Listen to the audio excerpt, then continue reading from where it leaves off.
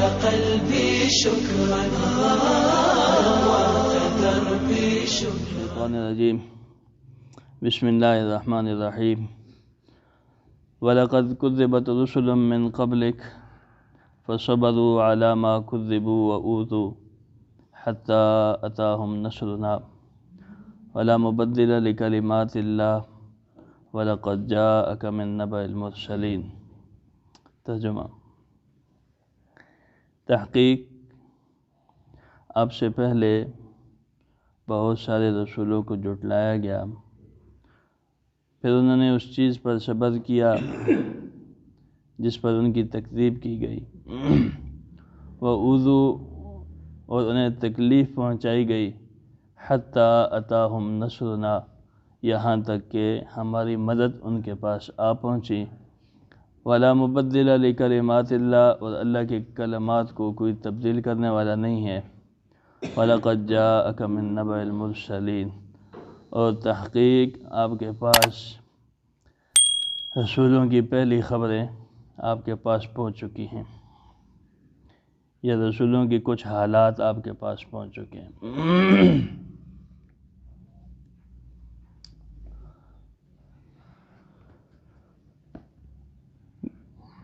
گزشتہ درس میں آپ نے سنا تھا کہ اللہ پاک نے قیامت کا ذکر کیا، اور اس دن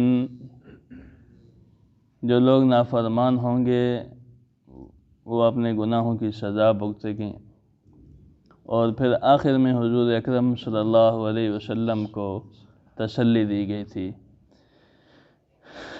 آج کی اس آیت میں بھی حضور پاک صلی اللہ علیہ وسلم کو تسلی دی گئی، اور یہ تسلی دینے کا انداز اللہ نے الگ سے اختیار کیا ہے۔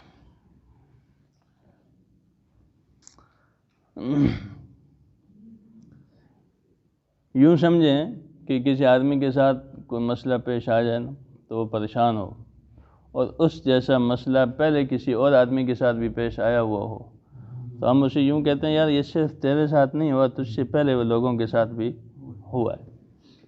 تو یوں اس انداز میں ہم اس کو تسلی دیتے ہیں۔ تو اللہ پاک نے اس آیت میں حضور پاک صلی اللہ علیہ وسلم کو اس انداز میں تسلی دی کہ فرمایا یہ لوگ آپ کی تکذیب کرتے ہیں، آپ کو جھٹلاتے ہیں، تو اس سے پریشان ہونا نہیں ہے، بلکہ وَلَقَدْ كُذِّبَتْ رُسُلٌ مِّن قَبْلِكَ آپ سے پہلے بھی کچھ رسول بھیجے گئے اور ان کو بھی جھٹلایا گیا، ان کی بھی تکذیب کی گئی، اور جو سلوک آپ کے ساتھ کیا جا رہا ہے یہ سلوک اور یہ رویہ ان کے ساتھ بھی اختیار کیا گیا ہے۔ تو پھر اگلی بات کہ اللہ پاک پھر یہ بھی ساتھ بتا رہے ہیں کہ ان لوگوں نے جن کو پہلے تکلیفیں دی گئیں یا جھٹلایا گیا انہوں نے کیا کیا تھا۔ تو اللہ پاک فرما رہے ہیں فَصَبَرُوا عَلَى مَا كُذِّبُوا جب انہیں جھٹلایا گیا تو انہوں نے پھر اس پر صبر کیا۔ انہوں نے کیا کیا جی؟ اس پر صبر کیا۔ وَأُوذُوا اور انہیں جتنا بھی ستایا گیا، تکلیفیں پہنچائی گئیں، وہ اسے برداشت کرتے رہے، اس پر صبر کرتے رہے، حَتَّى أَتَاهُمْ نَصْرُنَا یہاں تک کہ ہماری مدد ان کے پاس آ چکی۔ اور اللہ تعالیٰ کا اصول بھی یہی ہے، قانون قدرت ہے کہ جب آدمی تکالیف پر صبر کرتا ہے، تکالیف کو برداشت کرتا ہے، تو پھر اللہ کی مدد آتی ہے۔ ایک حدیث پاک میں آتا ہے کہ ایک موقع پر حضور صلی اللہ علیہ وسلم سے کسی آدمی نے کچھ بیہودہ سوالات سے کیے، تو آپ صلی اللہ علیہ وسلم نے فرمایا کہ رحم اللہ موسیٰ لقد اوذی اکثر من ھذا فصبر کہ موسیٰ علیہ السلام کو بھی اللہ پاک ان پر رحم فرمائے، ان کو بھی اسی طرح ستایا گیا، ان کو تکلیفیں دی گئیں، اور موسیٰ علیہ السلام نے بھی اس پر صبر کیا۔ اسی طرح حضرت نوح علیہ السلام کو بھی تکلیفیں پہنچائی گئیں، انہوں نے صبر کیا۔ آپ اندازہ لگائیں نا، میں یوں مثال دیتا ہوں، اکثر بھی میں یہ بات کہا کرتا ہوں کہ میں ہی اگر کسی آدمی کے پاس چلے جاؤں، اپنے سے بات کر لیتا ہوں، اور میں اس سے بات کرنے لگوں اور وہ آگے کانوں میں انگلیاں رکھ لے کہ میں بات نہیں سنتا، تو کتنا غصہ آتا ہے۔ آدمی کہتا ہے یار میں تیرے ساتھ بات کرنے کے لیے آیا، چلو تو بات نہیں سنتا تو احسن طریقے سے اتنا ہی کہہ دے بھی یا تم مجھ سے بات نہیں کرو یا میں نہیں تم سے کرنا چاہتا، اور پھر یوں اس انداز سے رویہ اختیار کرنا اور ایک نفرت کا انداز، اس سے آدمی کو غصہ بھی زیادہ آتا ہے۔ تو نوح علیہ السلام جب بھی اللہ کی دعوت لے کر لوگوں کے پاس جاتے تو وہ اپنی انگلیاں کانوں میں ٹھوس لیتے، روئی ٹھوس لیتے۔ حضرت موسیٰ علیہ السلام کی بات آئی کہ اللہ پاک، حضور صلی اللہ علیہ وسلم نے فرمایا اللہ پاک ان پر رحم فرمائے۔ انبیاء کو اس قدر تکلیفیں دی گئیں کہ حضرت موسیٰ علیہ السلام کو سر بازار میں ایک عورت آئی اور اس نے حضرت موسیٰ علیہ السلام پر تہمت لگائی کہ نعوذ باللہ من ذالک، انہوں نے مجھ سے زنا کیا ہے۔ آپ یہ دیکھیں کہ ایک صاحب کردار آدمی ہو، سفید کپڑے پہننے والا ہو، بارش ہو، مسجد میں آنے والا ہو، اس پر اگر یہ الزام لگ جائے تو وہ برداشت نہیں کر سکتا، تو پھر جس کے سر پر اللہ نے نبوت کا تاج رکھا ہو اور اس پر یہ الزام کہ اس نے مجھ سے زنا کیا، تو پھر وہاں صبر بھی وہ نبی ہی کر سکتا ہے، وہاں صبر بھی وہ نبی ہی کر سکتا ہے۔ اس لیے اس صبر جو ہے یہ اسلام کا ایک ملت ابراہیمی اور اسلام کا بہت بڑا اہم اصول ہے۔ اللہ پاک نے فرمایا کہ وَإِن تَصْبِرُوا وَتَتَّقُوا فَإِنَّ ذَلِكَ مِنْ عَزْمِ الْأُمُورِ، اگر تم صبر کرو گے، تقوی اختیار کرو گے تو یہ عزم امور یعنی پختہ یہی چیز ہے۔ تو اس سے یہ بات سمجھائی گئی۔ دوسری قرآن پاک میں اللہ پاک نے فرمایا کہ وَاسْتَعِينُوا بِالصَّبْرِ وَالصَّلَاةِ، صبر اور نماز کے ذریعے اللہ سے مدد طلب کرو۔ نماز کے ذریعے آدمی کو اللہ کا تعلق نصیب ہوتا ہے اور صبر کے ذریعے بھی اللہ کی مدد حاصل ہوتی ہے۔ اب یہ ہے کہ صبر کی مختلف قسمیں ہیں، میں تھوڑی سی آج بات صبر ہی پہ کروں گا۔ صبر یا تو یہ ہے کہ آپ کو تکلیف آئی ہے، آپ نے اس تکلیف کو برداشت کیا ہے اور اس پر آپ نے صبر کیا، یہ ایک صبر کی ایک قسم ہے۔ دوسری صبر کی ایک قسم یہ بھی ہے کہ آدمی اطاعت پر جم جائے، اطاعت پر جم جائے اور اس میں کمی نہ کرے۔ اور تیسری صورت یہ ہے کہ آدمی اپنی نفسانی خواہشات کو چھوڑ کر آدمی اللہ کے حکموں کو پورا کرے۔ اطاعت پر جو صبر ہے نا یہ بھی بہت مشکل ہے، اور اللہ کے راستے میں تکلیف برداشت کرنا یہ صبر بھی بہت مشکل ہے۔ اس کی میں ایک مثال دیتا ہوں کہ حضرت جبریل علیہ السلام حضرت ایوب علیہ السلام کے پاس آئے اور ان سے کہا کہ ایوب اللہ کی طرف سے تم پر امتحان آنے والا ہے۔ کیا ہے؟ اللہ کی طرف سے تم پر امتحان آنے والا ہے۔ تو حضرت ایوب نے کہا کہ میں اس امتحان پر صبر کروں گا۔ تو حضرت جبریل علیہ السلام نے یہ جا کے خبر دی اللہ پاک کو کہ ایوب کہہ رہے ہیں کہ میں اس امتحان پر صبر کروں گا۔ تو اللہ پاک نے فرمایا کہ پھر ٹھیک ہے، اس کو کہو تیار ہو جائے۔ کیا ہے؟ امتحان ہماری طرف سے آنے والا ہے، اس پر کیا ہو جائے؟ تیار ہو جائے۔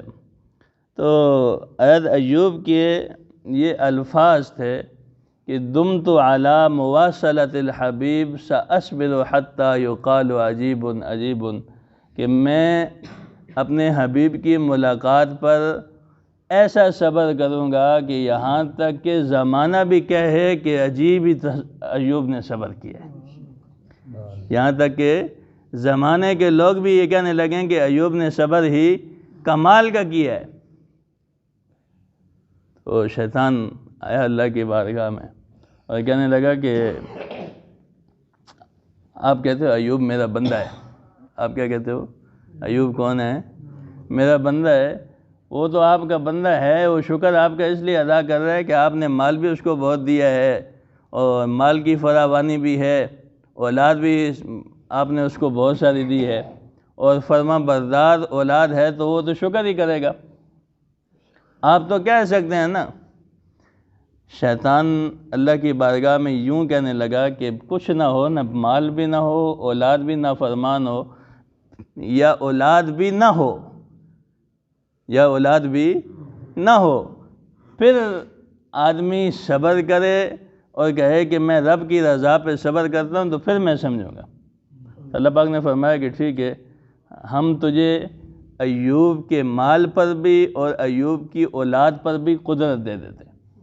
کیا کرتے ہیں؟ ایوب کے مال پر بھی اور ایوب کی اولاد پر بھی تجھے قدرت حاصل ہے، تو جو چاہے کر لے جا کے. آیا حضرت ایوب علیہ السلام کے پاس، حضرت ایوب علیہ السلام کی کھیتی تھی، تو اس نے شیطان نے آ کے اس کھیتی کو آگ لگا دی. کیا کیا جی؟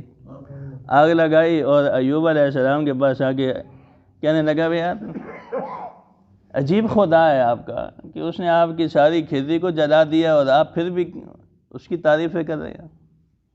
تو ایوب علیہ السلام نے جواب دیا کہ یہ تو اچھا ہوا کہ میری کھیتی ختم ہو گئی ہے، اب میں بے فکر ہو کے اپنے رب کی عبادت کروں گا. سبحان اللہ. کیا کہا؟ میں اب بے فکر ہو کے اپنے رب کی عبادت کروں گا. ہمارے جیسے کوئی ہوتا نا تو وہ یوں نہیں کہتا. ہم تو کہتے ہیں یار یہ مصیبت مجھ بھی آنی تھی. ہمارے معاشرے کے یہ الفاظ ہیں نا، میں ہی اللہ کو ملا تھا. پھر کہتے ہیں جی صبر کیے. یہ صبر نہیں ہوتا. جو صبر پہ انعامات ہیں نا، یہ ویلا اور آہ بکا پر کرنے کے بعد پھر یہ انعامات نہیں ملتے. اگلے دن آیا اور آ کے حضرت ایوب علیہ السلام کے بچے بیوی سب گھر میں سو رہے تھے. اس نے مکان کی چھت گرا دی شیطان. اور اگلی اس کا بات کرنے کا انداز سمجھیں. میں یہ جو آپ کو سنا رہا ہوں نا، یہ سوچنے والا واقعہ ہے. حضرت ایوب سے بات کرنے کا انداز سمجھیں. کہنے لگا کہ عجیب سے خدا ہے کہ آپ کے بیٹوں پر، آپ کے بچوں پر، چھوٹے چھوٹے ننھے بچے، اتنا بڑا ظلم کہ ان کا بھیجا ان کے منہ سے باہر آ گیا ہے اور ان کی انتھڑیاں نکل چکی ہیں اور ان سب کو ختم کر دیے، اور پھر بھی آپ کچھ بھی نہیں کہہ رہے. تو حضرت ایوب نے کہا اب تو مال سے بھی جان چھوٹ گئی، اب تو اولاد بھی نہیں رہی، اب تو خوب دل لگا کے اپنے رب کی عبادت کیا کروں گا. اور حدیث پاک میں آتا ہے کہ اتنا لمبا سجدہ کیا کہ ساری رات سجدے میں گزر گئی. بڑا مشکل ہے ایسا صبر، بہت مشکل. اللہ نے فرمایا کہ ٹھیک ہے، حضرت ایوب پر بھی قدرت ہے. آپ سجدے میں تھے تو اس شیطان نے آ کے ناک سے پھونک ماری، حضرت ایوب کے ناک سے پھونک ماری، جس سے جسم فوراً گرم ہو گیا اور اتنا سخت گرم ہوا کہ پورے جسم پر دانے اور جسم پھول گیا اور زخم بن گئے. اور فوراً کچھ دیر ہی کے اندر پورے جسم میں کیڑے بھی پڑ گئے، پورا جسم خون اور پیپ سے بھر گیا. اللہ نے فرمایا نا ایوب کا صبر دیکھو، ایوب کا صبر دیکھو. حضرت جبریل ایک دن آئے انہی حالات میں. حضرت ایوب کی یہ حالت تھی کہ پورا جسم خون اور پیپ سے بھرا ہوا ہے. تو حضرت ایوب کو آ کے حضرت جبریل نے سلام کیا تو حضرت ایوب نے سلام کا جواب نہیں دیا. جبریل نے آ کے دوبارہ سلام کیا، دوبارہ سلام کیا تو آپ نے دوبارہ جواب دیا. تو جبریل پوچھنے لگا کہ ایوب میرے پہلے سلام کا جواب کیوں نہیں دیا، میرے پہلے سلام کا جواب کیوں نہیں دیا؟ تو حضرت ایوب کہنے لگے کہ اللہ کے کچھ مہمان میرے پاس آئے ہیں، اللہ کے کچھ مہمان میرے پاس آئے ہیں جن کی مہمان نوازی کرنے کا مجھے اپنے جسم کے گوشت اور خون اور اپنی جسم کی ہڈیوں سے ان کی تواضع کرنے کا حکم دیا گیا.